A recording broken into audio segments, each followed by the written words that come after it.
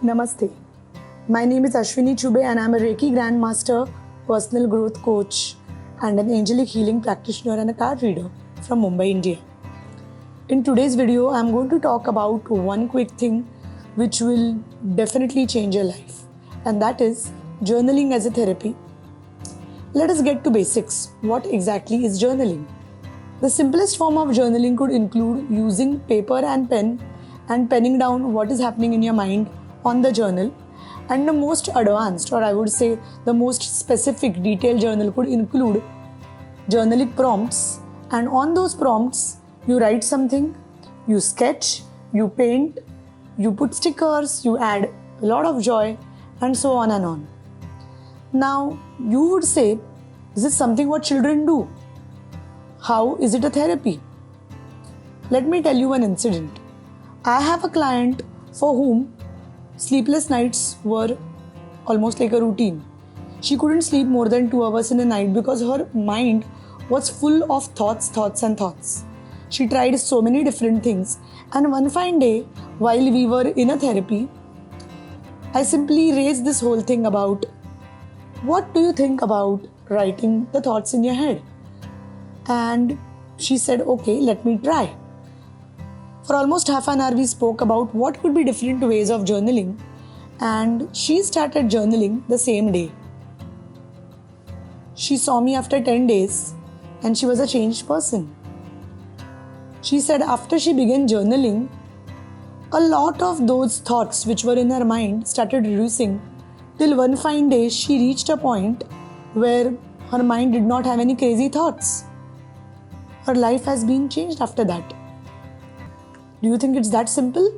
It's more simple than you think. Journaling is a process in which you write down all the emotions happening in your mind on a piece of paper. There will be times you will feel totally blank, but there will be times you will be so overwhelmed, and that point of time, if you maintain this journal, it will be like a blessing to you.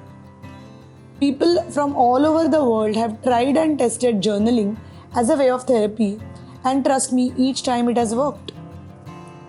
Now let us look at how we can begin our basic journaling and take the very first step towards it. Are you ready to listen to it? Here is the procedure. To begin with, I would say take any paper pen. You don't need a fancy notebook to begin with, because many people actually wait till they get a fancy notebook and they never get a fancy notebook, hence they never begin. So take any basic notepad and a pen. You can begin with writing date on the top. It's as simple as that. Then you can write down about what time you woke up in the morning. That can be great because it adds a flavor to the day. Today I woke up at 6. Oh no, today I woke up at 8. Interesting, isn't it? The next thing would be writing about what are you excited about the day. It could be as simple as I'm excited to have lunch. Or it could be as exciting as, oh, today I have a Zoom call with my school friends and we all are meeting after, say, 18 years. Great. The next thing is write about all the things which you really need to do. Is it dropping that email which you have been postponing? Or is it working on that tight deadline which has been troubling you? Or is it some bank work or just running some errands? It could be anything. Write about all of those in your to-do list in the journal. That sorts your what should you be doing list.